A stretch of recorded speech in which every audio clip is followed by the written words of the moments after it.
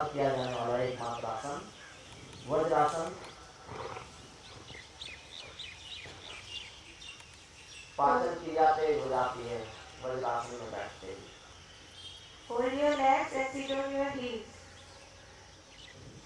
इसलिए इस आसन में आपको बैठने का अभ्यास करना है। इसी आसन में 8-10 आसन हो जाते हैं। पुष्टासन, शशकासन, सुप्तवज्रासन, उत्तान मंडूकासन, सब आसन सब इसी आसन में बैठ कर होते हैं। तो इसलिए इस आसन का अभ्यास हो जाना चाहिए। इससे अगला ही आसन अर्ध उत्तासन। घुटनों के बल खड़े हो जाएं, दोनों हाथों के द्वारा साइड से शरीर को पकड़ लें, सांस अंदर भरते हुए स्पाइनल कोड को पीछे की ओर बैंड करें। Stand on your knees and keep the feet wide apart. Support your back at the waist and then bend backward. गर्दन को बिल्कुल लूज कर दें, ढीला छोड़ दें। गर्दन दर्द के लिए और बैक पेन के लिए विशेष रूप से लाभकारी होता है पुष्टासन। रिलैक्स, वापिस आ जाए, बैठ जाए वज्रासन में। अब करेंगे पूर्ण उत्तासन। घुटनों के बल खड़े हो जाएं,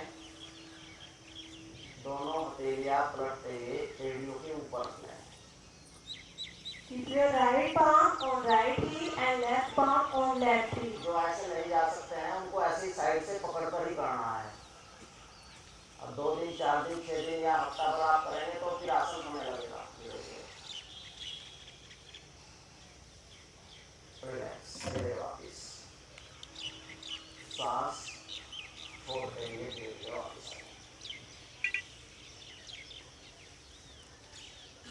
अब करेंगे शशक आसन। दोनों हाथ साइड से सांस अंदर भरते ऊपर की ओर उठाएं और सांस बाहर निकालते हुए दोनों हथेलियां फर्स्ट से touch. Raise your arm, stand them in full length. मस्तक भी फर्स्ट से टच हो जाए। बैक पेन की प्रॉब्लम जिनको होती है उनको फ्रंट साइड बैंड होने वाले आसन कम से कम करना है, ये ध्यान रखें। जिनको हाई बीपी की प्रॉब्लम होती है उनको गर्दन को पीछे की ओर बैंड करने वाले आसन कम से कम करना है। वापिस आ जाएं। शशक आसन रिलैक्सेशन आसन होता है। शशक आसन स्पाइनल का है तो शुगर में भी लाभकारी हो जाता है।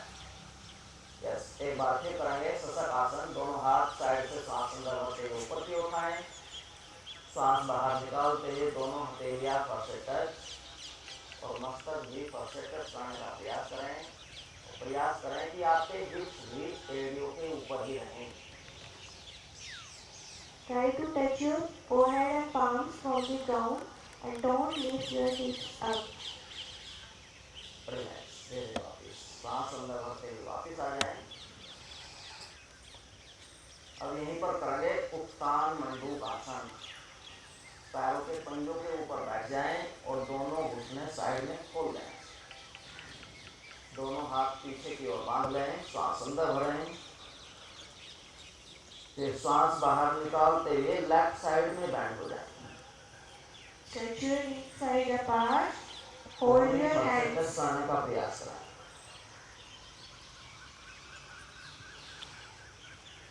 सांस अंदर भरते हुए वापिस इसी प्रकार दूसरी साइड से राइट साइड।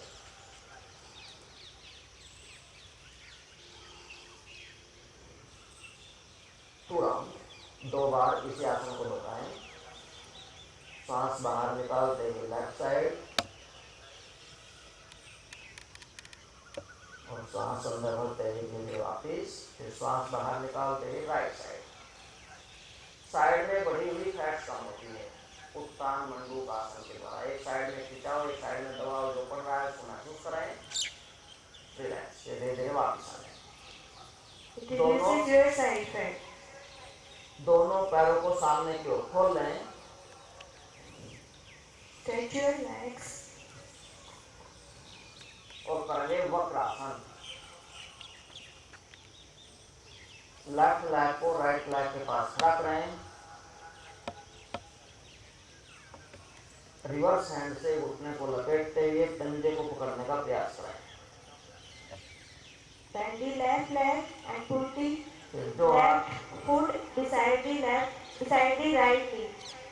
जो हाथ पीछे उसी की ओर देखते हैं। इसी स्थिति में कुछ क्षण रुके, फिर धीरे धीरे वापस आ जाए। इसी प्रकार दूसरी साइड से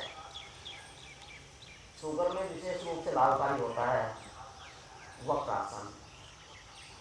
थाइस के द्वारा आपका स्टोमक प्रेस होना चाहिए।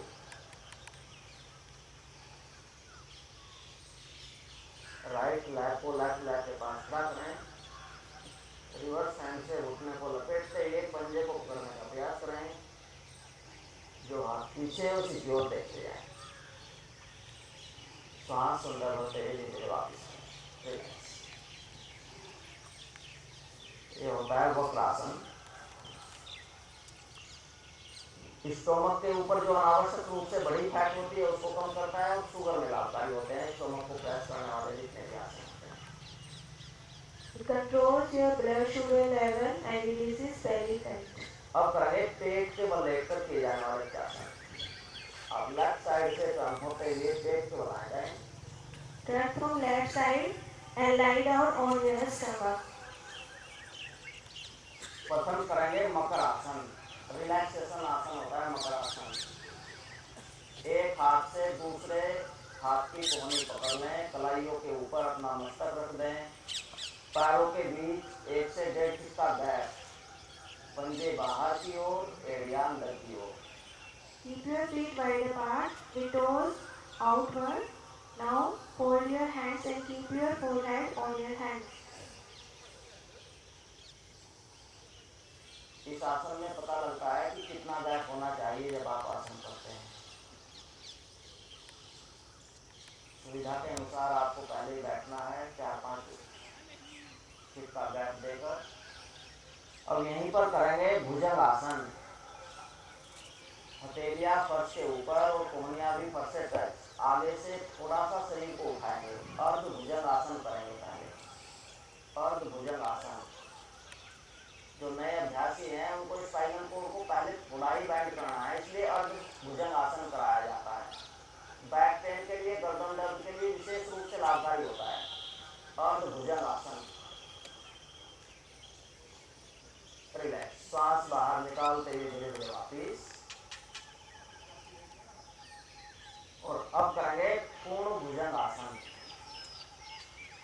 यानी और आगे से अधिक उठाएंगे शरीर को। दोनों हथेलियां कंधों के नीचे, श्वास अंदर भरते हुए आगे शरीर को उठाएं। स्पाइनल कोड को पीछे की ओर बैंड करें, आकाश की ओर देखते जाएं।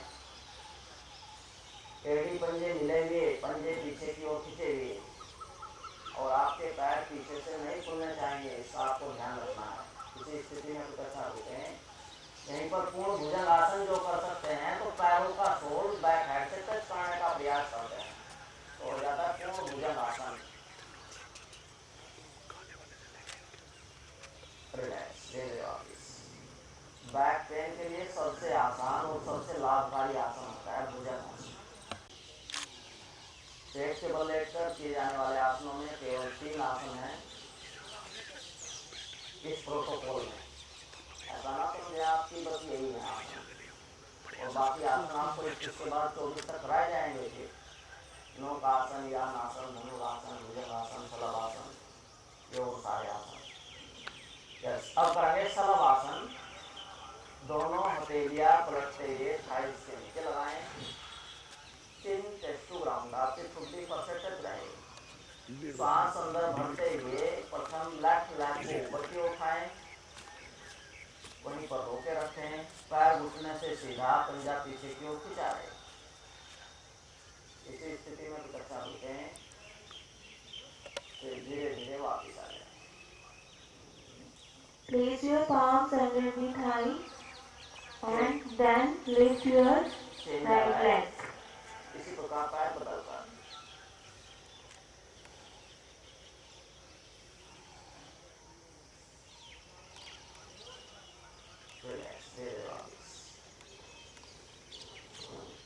अब करेंगे दोनों पैरों से एक साथ। दोनों हथेलियां थाई से नीचे लगाएं और सांस अंदर भरते हुए पैरों को अधिक से अधिक ऊपर की ओर उठाने का प्रयास करें कि आपकी थाइस सर से ऊपर उठ जाए।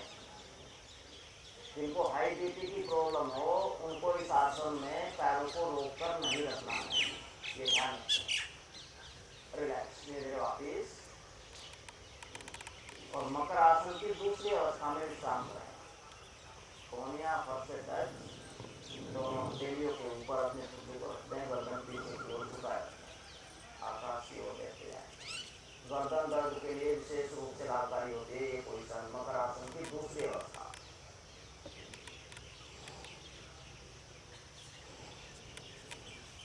और अब करेंगे पीठ के बल लेटकर किए जाने वाले आसन। अब लेफ्ट साइड से टर्न होते हुए पीठ के बल आएं। Turn from left side and lie down on your back. पीठ के बल लेटकर किए जाने वाले आसनों में पहला ही आसन सेतु बंद आसन, यानी आपके शरीर की आकृति सेतु के समान बन जाएगी, पुल के समान बन जाएगी। इसलिए पैरों को घुटनों से बेंड करें, दोनों हाथों के द्वारा एंकल जॉइंट्स को पकड़ लें, सांस अंदर भरते हुए हिप जॉइंट्स को ऊपर की ओर उठाएं। Hold your legs at the knee and hold your ankles from your hands and then lift your buttocks and trunk up. इसी स्थिति में अब कच्चा रुकें, फिर धीरे धीरे वापस आ जाए।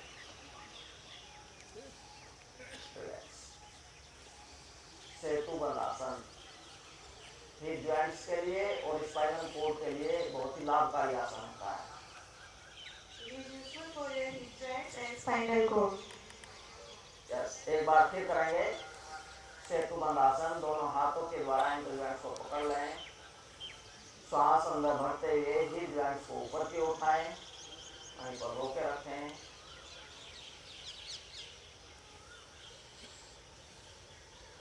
फिर धीरे धीरे वापस आ जाए।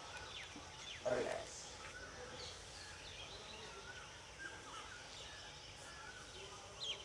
दोनों पैरों को सामने की ओर खोल लें, दोनों हाथ साइड में, हथेलियां फर्श के ऊपर, एड़ी पंजे मिले हुए, पंजे सामने की ओर खींचे हुए। यहीं पर सांस अंदर भरते हुए पैरों को 30 डिग्री तक ऊपर की ओर उठाएं, उत्तान पादासन, दोनों पैरों से एक साथ। Keep your arms by the sides and raise your legs and bring them into a 30-degree angle. इसी स्थिति में अपनी कक्षा रुकें, जैसे ही पैर थक जाएं, फिर सांस बाहर निकालते हुए धीरे धीरे वापस आ जाएं। नर्व पॉइंट अपने स्थान पर आ जाता है और पैरों के दर्द विशेष रूप से ठीक होते हैं उत्तान पादासन के द्वारा। Helps you to cure your renal displacement. वापिस कुछ क्षण विश्राम करें और एक बार फिर करेंगे उत्तान पादासन। दोनों पैरों को 30 डिग्री तक ऊपर की उठाएं, सांस अंदर भरते हुए। इसी स्थिति में कुछ क्षण रुकें। जैसे ही आप आसन की स्थिति में अधिक समय रुकना चाहते हैं तो श्वासों की गति नॉर्मल हो जाएगी। श्वास आप भरते रहें और छोड़ते रहें 30 सेकंड से अधिक। यदि आप आसन की पोजीशन में रुकते हैं तो श्वासों की गति नॉर्मल। रिलैक्स, श्वास बाहर निकालते हुए धीरे धीरे वापस आ जाए।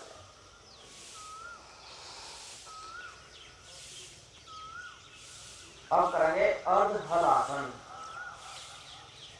पैरों को ऊपर की ओर सीधा करना है, स्पाइनल कोड फर्श से टच रहेंगे, हिप्स नहीं उठाने हैं आपको अर्ध हल आसन में। यहीं पर पैरों को रोक कर रखना है। Raise your legs and bring them into a 90-degree angle. Hip joints के लिए, स्टोमक के लिए बहुत ही लाभकारी आसन होता है। It is good for your hip joints and stomach. Halasana और अर्ध हलासन पहले अभ्यास करते हैं तो अर्ध हलासन।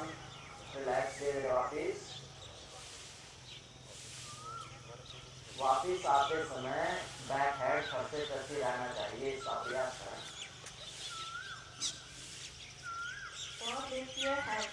yes. जो पूर्ण हलासन कर सकते हैं वो धीरे धीरे पैरों को ऊपर की उठाएं, सर्वांगासन में जाएं, फिर सांस बाहर निकालते हुए पैरों के पंजे पीछे की ओर फर्श से टच। और ये ध्यान रखें कि पैर दूसरों को ना लगे।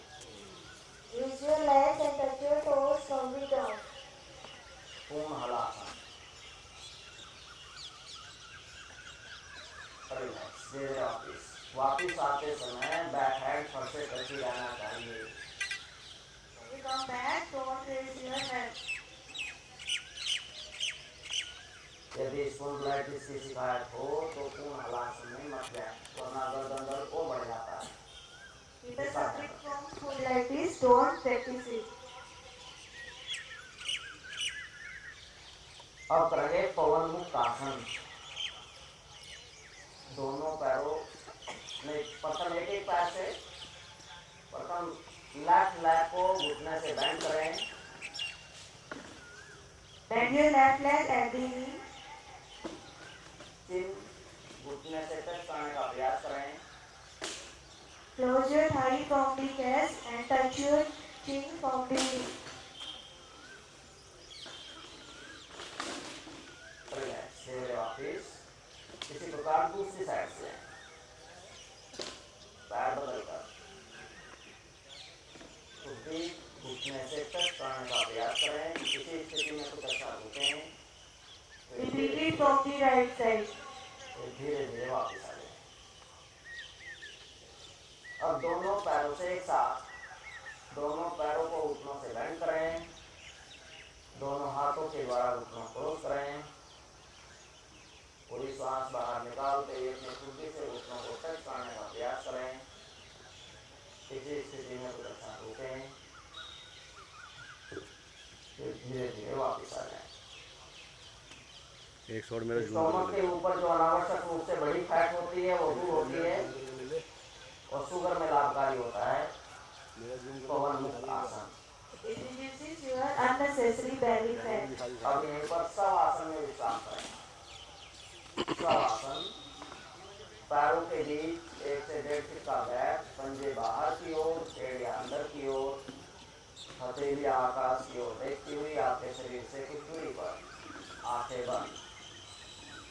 Keep your feet apart from the body and keep your palms also apart from the body with palms facing upward.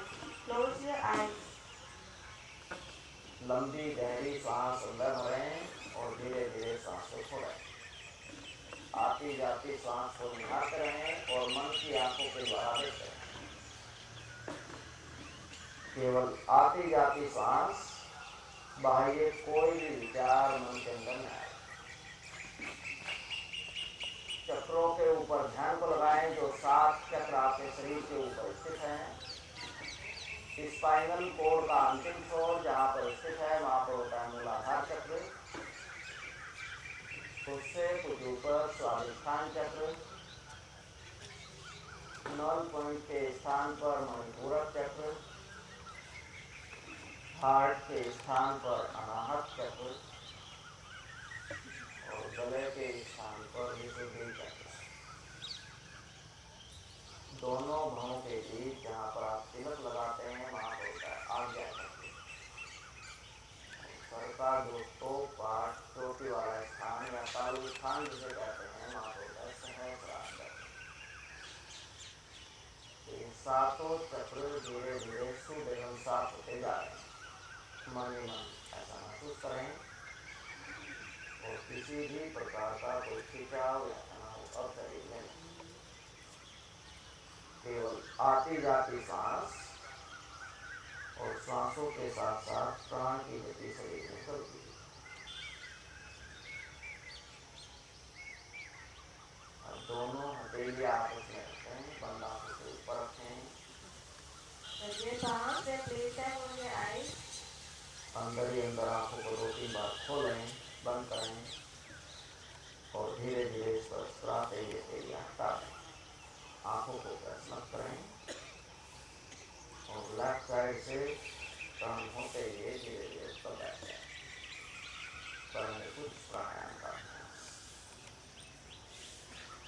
First from left side and then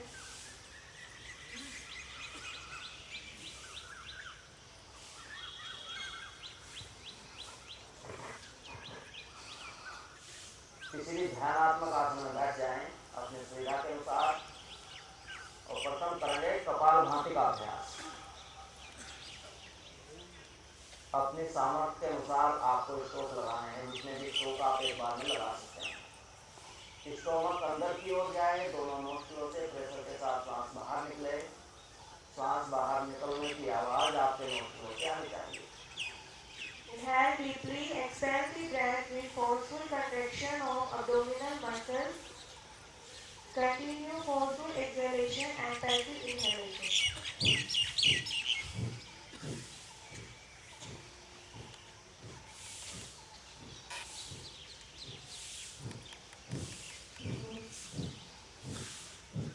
अपने सामर्थ्य के अनुसार आपको स्ट्रोक लगाने हैं। स्टोमक अंदर की ओर जाए और दोनों नोस्ट्रिलों से प्रेशर के साथ सांस बाहर निकले। जैसे ही स्टोमक का मूवमेंट होता है तो स्टोमक के ऊपर जो अनावश्यक रूप से बड़ी फैट होती है वो धीरे धीरे कम हो जाती है। जैसे ही इंटेस्टाइन का मूवमेंट होता है तो कब्ज आदि की प्रॉब्लम दूर हो जाती है और एब्जॉर्ब करने की क्षमता बढ़ जाती है। जैसे ही पैनक्रियाज की एक्सरसाइज होती है तो शुगर में लाभकारी हो जाती है। प्रेशर के साथ नोस्ट्रिलों से जैसे ही सांस बाहर निकलती है तो साइनस की प्रॉब्लम दूर होती है और कपाल अच्छी प्रकार से शुद्ध एवं साफ हो जाता है। हाई बीपी और लो बीपी की प्रॉब्लम दूर हो जाती है। अपनी सामर्थ्य के अनुसार स्ट्रोक लगाएं। जैसे ही आप थक जाएं तो अंतिम स्ट्रोक